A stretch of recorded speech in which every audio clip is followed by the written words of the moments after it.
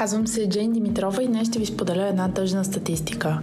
У нас годишно всеки българин изхвърля около 90 кг годна за консумация храна. Цялото количество храна, което разхищаваме на годишна база, е предостатъчно, за да нахрани всички над 1,5 милиона българи, живеещи под прага на бедността, които нямат достъп до качествена храна. Именно този проблем ме вдъхнови, заедно с моят партньор Пелин Керков, да създадем платформа, чиято мисия е да се намали разхищението на годна и вкусна храна. Двамата създадохме платформата Foodbox, през която заведения като пекарни, ресторанти, сладкарници и супермаркети всеки ден продават излишната си храна, която е с наближаващ срок на годност, на крайните потребители с голямо намаление, започващо от 40% нагоре. Крайните потребители спасяват храната, като я взимат на място от заведението, без доставка. С всяка една спасена кутия помагаме на околната среда. До ден днешен около 50 тона храна са спасени през платформата Foodbox, благодарение на нашите над 500 партньора и над 80 000 крайни потребители.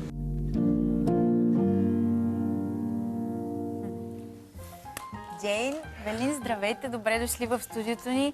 Днес ще спасяваме храна. Сигурна съм, че след като зрителите ни чуят вашата вдъхновяваща история, определено ще се замислят какво изхвърлят в кофата за боклук. Много се радвам да ви посрещнем в нашето студио. Това, което правите, е страхотно. Ние наистина сме много вдъхновени от вашия пример. Почваме обаче малко с статистиката. 126 кг средностатистическия европеец изхвърля под формата на храна годишно. В България сме под нормата, около 90 кг изхвърляме. Отвъд всичките неща, това са и пари на вятъра. Това са и вредни емисии. Които гладуват, замърсяване на околната среда. Изобщо проблема е изключително сериозен и в световен мащаб.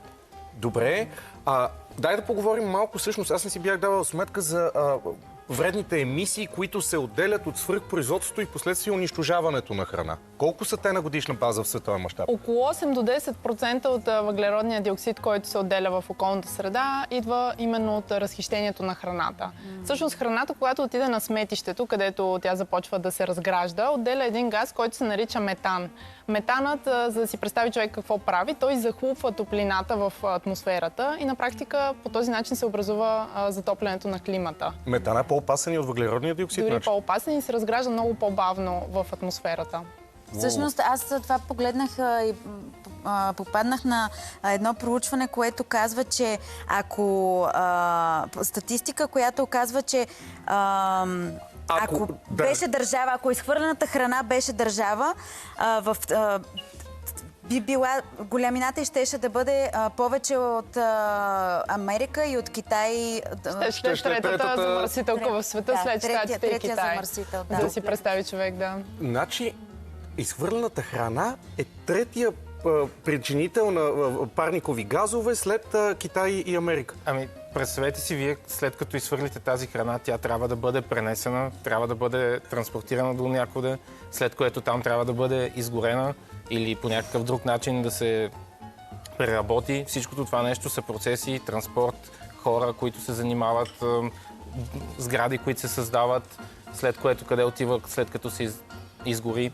Всичкото това нещо отива на вятъра. На този фон вие сте спасили около 60 тона храна. Точно така. За близо 2 години. Точно. Тази година към края правим 3 години и се радваме наистина, че с нашата платформа успяваме да дадем втори живот на храната, която е произведена абсолютно годна, вкусна. Годна, вкусна храна, салати, супи, най-различни неща от плод-зеленчук дори. Добре, обаче не екотемата реално е причината ти да се захванеш с това, което правите. Разкажи малко за твоето детство, за твоите отношения към храната. Когато стартирах, изобщо не си давах сметка за тези сериозни проблеми в климата. Аз се запалих по тази идея, защото като малка съм изкарвала летата си на село. Нашето село е зимнина. Близо до Кюстендил, където сме си произвеждали зеленчуци, плодове, дори сме гледали животни. И си давам сметка колко е труден процес, колко е времеемко, трудоемко да се произведе храната, която след това ни стига до трапезата. И съвсем несъзнателно се е породила една любов към храната и оценявам труда, който се влага. А в последствие заминах да уча в Италия, където тази държава е известна с културата към храната, изобщо любовта, отношението, времето, което се отделя за хранене и готвене. И съвсем естествено още повече се привързах. И точно като студент започнах да използвам една платформа в Болония, през която можех всеки ден да си хапвам вкусна храна, която е непродадена. И хем откривах нови заведения, хем спестявах немалко пари. И време. Да, и време. Не пазарувах, не готвех. И освен това откривах най-различни вкусни неща в кутията изненада. Кутия изненада ще стигнем и до това. Всъщност, ти работиш с тази платформа в продължение на 2 години.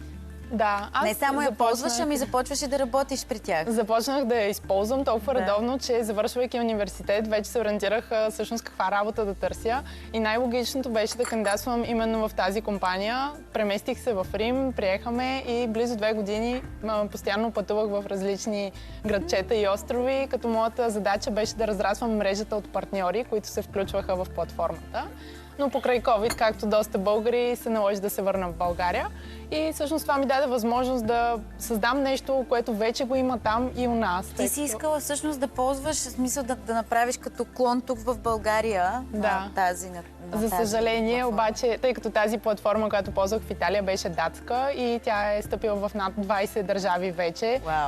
Когато ги попитах дали не е интересно като възможност да стъпим заедно в България и аз да работя в българския клон, те много така дипломатично ме отрязаха и казаха, че просто не им е в приоритетите и че България е малка. Източна. Неразвит. Обаче, към това цялото нещо, ти решаваш, че ще си създадеш собствена такава платформа. Няма да правиш франчайз на тяхната, обаче то някой трябва да създаде тая платформа. И така срещаш Велин, който още от ранна детска възраст, СМГ, програмиране, после образование в чужбина. Разбираш ги компютрите?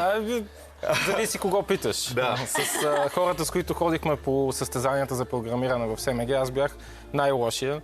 Повече от 0 точки не съм успял да докарам на нито едно състезание, но те са си доста трудни. Добре, ама все пак получаваш чудесно образование в чужбина. Всъщност, от много малък на мене ми бяха интересни компютрите и исках да се занимавам с това. Майка ми и баща ми никак не го одобряваха. Смятаха, че просто се да играя компютърни игри на компютъра, което си беше така. Не сте имали представа как ще се развият до следващите 10 години нещата и толкова бързо? То никой не е имал, така че да. И всъщност аз затова избрах и СМГ-то, където е известно с програмирането си. Да, подготовката си в математиката и програмирането. След което отидох в Глазгоуския университет, който по това време беше също там топ 10, да кажем, в Европа за програмиране. В големи фирми ли работи след това? По време на образованието си работих в една голяма фирма чуждестранна, след което, като се прибрах в България, идеята ми да се прибрах в България беше за да докарам... Моите родители се занимават с образование и всъщност винаги са искали и са ми вкарали така ценността да взимам и да нося в България, за да мога да я развивам, защото това е мястото, където всички се развиваме и където искаме да останем, поне аз. И съответно аз исках да се пребера от чужбина, да дойда да развивам бизнес, да приложа моите знания в България. Получи ли се?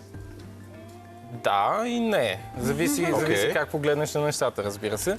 Ти как се чувстваше обаче? Аз се чувствам, че можеше повече, като да принеса, но също така смятам, че успях да направя възможно най-доброто, на което можах. Пък правите прекрасно нещо заедно.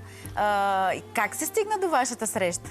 Всъщност точно когато се прибрах от чужбина, аз си търсех къде да започна работа. Тогава беше бума на програмистите в България 2016-2017. Всички големи компании предлагаха едни бясни заплати от по 3-4-5 хиляди лева, което то и сега е добра заплата, камо ли по това време.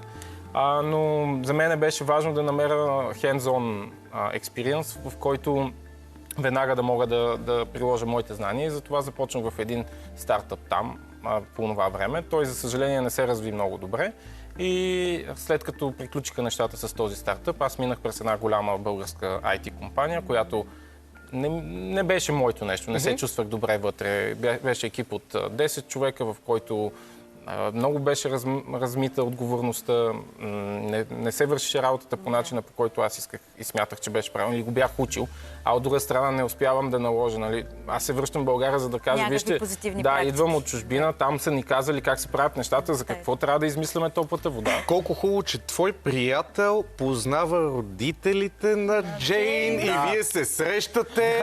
И всъщност, като си открих IT компания и заради това нещо, всъщност Джейн ден се свърза с мене 2-3 години по-късно. Пък ти, въпреки че така, IT хората са доста критични, айде така да кажа. Имате критично мислене, което е хубаво нещо, разбира се. Обаче ти веднага се съгласяваш, веднага казваш да. Не си ли помисли какво сега тук ще спасява храна? Аз си помислих много неща. Да, виждаме. Но всъщност за мен беше точно в десетката. Аз търсех проекти, които знания, което да се пренесе в България, което да развива общността, което да създава продукти в България. Да има добавена стойност, да има цел, кауза и все пак да е полезно. Айде сега, Джейми, ми кажи какво точно представлява приложението? Стъпка по стъпка. Какво правя аз като потребител? Къде се регистрирам? Какво получавам? Какво взимам? Разкажи малко детайли. Ами, любимата част. Да. Така и него го спечелих.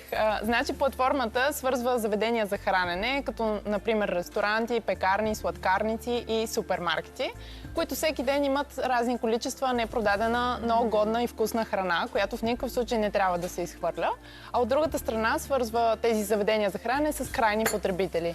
И крайният потребител може съвсем безплатно да свали по платформата Foodbox или да достъпи в веб браузъра, да види офертите около себе си спрямо локацията в момента и да си избере най-подходящата оферта спрямо това какво му се хапва. Дали ще бъде готвено, сладко, печени неща или салата и да запази тази кутия. Повечето пъти тя изненада.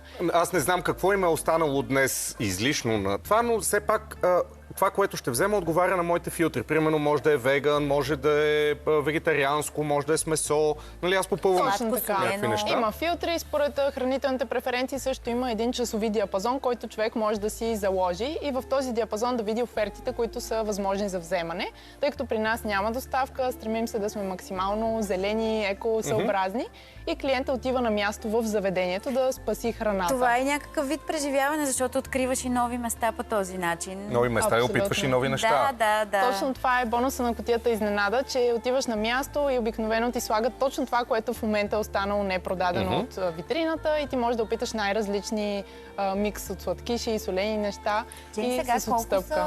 Колко са вашите партньори? Защото знам, че в началото сте обикаляли от врата на врата и е било трудно. Гледали са скептично? Първите няколко месеца имаше толкова много пъти не, че дори не знам как не се отказах, честно казано. 21 година стартирате. Края на 21 година, от врата на врата. Добър ден, тук имаме страшна идея. Благодаря ви. Ще се свържем с вас. Добър ден, имаме страшна идея. Като работиш, ще се свържем. Това е много меко. Да, със сигурност сте срещнали доста скептицизъм, обаче не се отказвате. И все пак убеждавате няколко. Да, минаха 4-5 месеца преди да се включи първата ни сладкарница и всъщност в точно същия ден, в следващата ми среща се включи и първата пекарна. И тогава установих, че когато първия се включи и завърти колелото, нещата се отпушват и става много по-лесно, защото скептицизма е в това, че идеята е нова, звучи прекалено добра, за да е истина. На практика ние монетизираме. Да, монетизираме храната, която те биха изхвърлили всеки ден и достигат до нови клиенти заведенията през нас. Това си е чист win-win. Печели потребителя, печели производителя, печели природата. Абсолютно. Обаче вие имате и грешки на растежа. В един момент правите една голяма експанзия. Какво се случи тогава? Ами, всъщност, да, в началото тръгнахме в цяла България. Бяхме в 11 града. И това не ескалира никак добре. С първите... Казваш проба грешка. Да, в край на краищата е стартъп. Какво се случваше? Това, което се случваше е, че не успяваме да обработим всичките проблеми, които излизаха наяве. Освен това, системата ни по това време не беше нито толкова автоматизирана, нито с толкова много възможности, колкото е в момента. И се случваше да ни заобикалят, случваше се да... Да ви заобикалят означава, отивам, обаче плащам директно на търговеца, не плащам през платформата. Българска история, да. Случваше се да ни кажат, че ще работят с нас и после да не работят с нас, а ние сме изкарали. Това и сега се случва, но когато е в цяла България, ние пращаме човек, отиваме да видим, ходили сме няколко пъти до... къде ли не, и до Варна, и до Бургас, и до Търново и така нататък. Ресурс, който пращаш и съответно след това не се получава, което беше кофти. Тоест малко смалихте градовете, но за сметка на това в самите градове правите проучване дали хората ще ползват подобен тип услуга, дали са отворени към подобно нещо, за да може да разширявате мрежата. Ами, Ние самия град. след първата година, когато успяхме да завладеем цяла България, се видяха кои са градовете, които съответно имат интерес за това нещо. Това са Варна, Пловдив и София. И ние се концентрирахме в тези 3 града, най-вече. Нека кажем, че отстъпката, която получават хората, когато използват платформата, не е малка отстъпка. Тя започва от 40%, нали така? Точно от 40 нагоре, съответно, колкото по-голяма отстъпката, толкова по-склонни са клиентите да спасят храната, защото знаят, че тя е с наближаващ срок на годност. Добре, 80-90 хиляди крайни потребители, 500 партньори вече. И Албенка се срещна с един от вашите партньори тук в София. Да, нека да видим Иво, който много ми стана приятно, прекрасен човек и той се е свързал с вас всъщност. Той е харесал идеята, вече когато нещата са потръгнали. Нека да го чуем. Здравейте, казвам се Иво Иванов. Работя като оперативен директор в една от най-старите пекарни в София. Именно тук се намираме в първата ни пекарна, която е основана още през 1990 година. Един ден постиг един обект в центъра на София. Интересна истината, видях едно симпатично лого, което ми направи впечатление. Попитах съответно служителя там какво означава това. Той ми разказа, но с 2 думи. Даде ми телефонен номер, обадих си, те много бързо реагираха, запознахме се и съответно започваме колаборацията между ни. Ние всеки ден купуваме суровини, всеки ден влагаме енергия, всеки ден влагаме човешкия труд. Това е ръчен труд, който се прави. И реално погледнато в това, накрая на деня няма какво да го правим, защото следващия ден абсолютно същата процедура се прави наново. И с тази дейност, която те извършват, видяхме, че имаме възможност от морално, от човешка гледна точка, че можем да помогнем, т.е. да ни свърляме нещо, което е толкова ценно за нас, това е нашия труд, в резултата на нашия труд, че можем да го продадем, макар и със съответно по-малко печалба, но да спасим храната, която в днешно време е изключително важно за всички ни. Ние имаме 2 вида кутии, сладка и солена. В тези кутии поставяме това, което е останало, да кажем, след определено време. И много интересно, когато клиентът дойде при нас и той не знае какво има вътре и буквално изненадан, когато отвори и види, баничка с бекон, баничка с масло и сирене, или пък сладка, круасан с шоколадче, круасан с кремка и сиево сладко. Така че това е един вид. Всеки се радва, когато получава подарък, но не знае какво има вътре и радостта от това, че отваряш. Това е един вид и преживяването на клиента при нас съответно с Foodbox. Джейн и Вили, първо, изключително много се радвам и ви приветствам с това, което сте измислили, защото това е бъдещето. Не знам кой от двамата го е родил, но колаборацията помежду ви е наистина нещо, което ви пожелавам успех в цялото начинание. Ние от нашите пекарни със сигурност сме подали ръка. Знам, че ще има много други клиенти, с които ще намерите. Продължавайте същия дух, продължавайте да творите, да сте иновативни и успех от целия екип на нашата компания. Хапнахме вкусна баница с Джейн, когато ги посетихме. Много е готино, че се събира една общност от хора, които искат да променят и да правят хубави неща. Аз съм абсолютно сигурен, че след вашето гостуване днес ще имате още повече партньори. И наистина много интересно това с анбоксинга. С отварянето на кутията. Разчитайте на мен, ако трябва да се отварят кутии, хора да се изненадват. Разчитай на мен за добри съвети и на Джейн, разбира се. Джейн, сега ще отидем с теб. Защото искам да ни дадеш вие в социалните мрежи. Всъщност давате и много полезни, имате блог стати, много полезни съвети. Къде да застанем? Отпред, отзад? Може би отпред. Отзад. Добре, окей. Давате полезни съвети всъщност как да минимализираме разхищението на храна, което много ми хареса. Дай да почнем с някакви неща. Първо виждам тук бананите, които много често се случва, когато малко потъмнеят, да ги метнем в кофата за буклук. Вместо в смути машината и да си направим едно смути. Например, защото всъщност полезните съставки в банана, те не се променят с това, че потъмнява обелката. Даже стават по-сладки бананите. Стават по-сладки, да. Какво друго можем да направим с тях, за да ги запазим по-дълго? Ако искаме да свежи за по-дълго, на първо място не ги отделяме от връзката и на второ място можем да ги завием с едно фолио или найлон, така че да се хванат и здраво тук отгоре. Трябва ли да е напоено с вода или не? Просто ги запечатваме и по този начин те се съхраняват. Добре.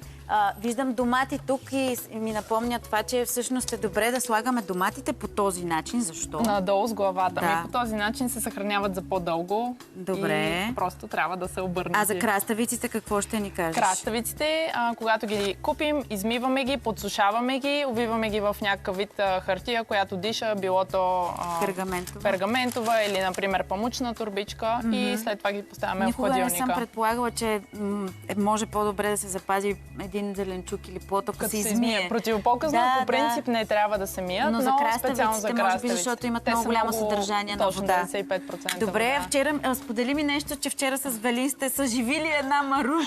Да, искахме да си направим зелева салата от маруля и съответно тя беше изцяло така повяхнала. Просто я поставихме за малко във вода тук с стъблото и след 30 минути беше като нова. А ако това го сложим във вода, ще ни поникне ли Ще ни поникне чисто нова марулка. Наистина Да, ли? първо във вода, като пусне коренчета, я пренасяме в малко почва и след това няколко седмици ще имаме домашно произведена маруля. Като казваш почва, знам, че и ето тези половинки от яйчени черупки може да се ползват за нещо много готино. Да, имат различни приложения. Ако, например, така ги вземем наполовина разрязани, можем да си направим разсад, като сложим малко почва, едно семенце, да покълне. Да.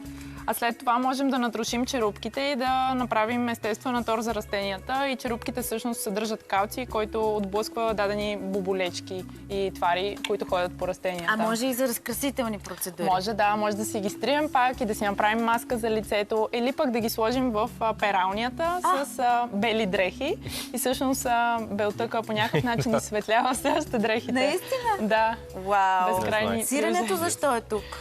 Сирене или по-скоро варианти като кашкавали, които са сухи, да кажем бри, чедър и други варианти, можем да ги завием с хартия. След това тази увита бучка, сирене или кашкавал в хартия влиза в найлонова турбичка или от онези запечатващите се с ципче и по този начин са много по-дълготрайни. Защото не се допират с кислорода, който ги кара да се развалят. Добре, а какво можем да направим, например, с листенцата на репичките или с ето тези дръжки на морковите?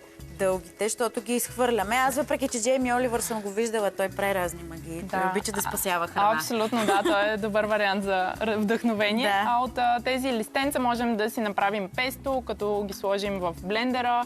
И по-специфичен вкус, вероятно. Да, обаче аз съм си правила печени моркови и ги топвам с песто от морковите. Да, и всъщност добавяме зехтин, малко ядки, било то кедрови или орех и става много вкусно песто. Здравословно. Същото и с репичките можем да направим с листенцата, можем да направим песто, можем да ги ползваме за салатка, да не купуваме тези рукола, валерианата тип салати, можем да ползваме всъщност зеленината от репичките. Здравословно, вкусно, можем да ги запържим. А нарък за какво бихме могли да го ползваме? Той е малко... С кората от нара, като се обели нара, можем да постиваме така върху почвата на домашните растения и отново подхранва много добре и след това се разгражда и става компост, естествено. Да. Съветваш също и остатъчни храни да ги замразяваме и да можем да ги ползваме по-късно, като кафето, да си правим ледчета от бульон зеленчуков, който след това можем да използваме. Ако ни остават малки количества в формички за лед, просто изсипваме било то бульон, било то някакъв сос, кафе, мляко в малки количества и можем да ги преизползваме. Супер! Дай да се връщаме при момчетата. Иляне, разбра ли сега? Страшно полезен разговор. Наистина има неща, които съм чувал, неща, които са ми попали в интернет и неща, които наистина чувам за първи път. Особено това с черупките и с прането. Аз не знаех. Страшно съм впечатлен. Тя затова му е толкова бяла ризата. Ясно. Добре, Велин. Говорихме си в началото за трудностите. Стартирайки, естествено всеки прохождаш бизнес, се сблъсква първо с отричане, после с неразбиране, обаче има и още едно нещо, за да потръгне един бизнес, то именно е финансирането. Как точно успяхте да намерите финансиране? Аз знам, че дори се налага да напуснете работа. Първоначално работите, пък успоредно го правите, пък после се налага да си напуснете платените работи и да се фокусирате само върху каузата и мисията. Така, той в край на краищата, освен кауза и мисия, това е и бизнес. Идеята рано или късно е да направим, да успяваме да се издържаме от този бизнес, да няма нужда от това финансиране за оперативни разходи, колкото за растеж в чужбина и за обхващане на целия пазар в България. Всъщност ние първата година си я финансирахме ние самостоятелно. Джейн напусна работа 3-4 месеца след като започна. Аз също. И в рамките на около една година, година и половина постигнахме резултати, с които да можем да отидем и да ги представим пред инвеститори, които да кажат, да, може би има смисъл от това нещо в България да се развива и да се разраства в Източна Европа, където изобщо няма такъв тип по това време услуга. нямаше такъв тип дейност. И вие запретнахте ръкави.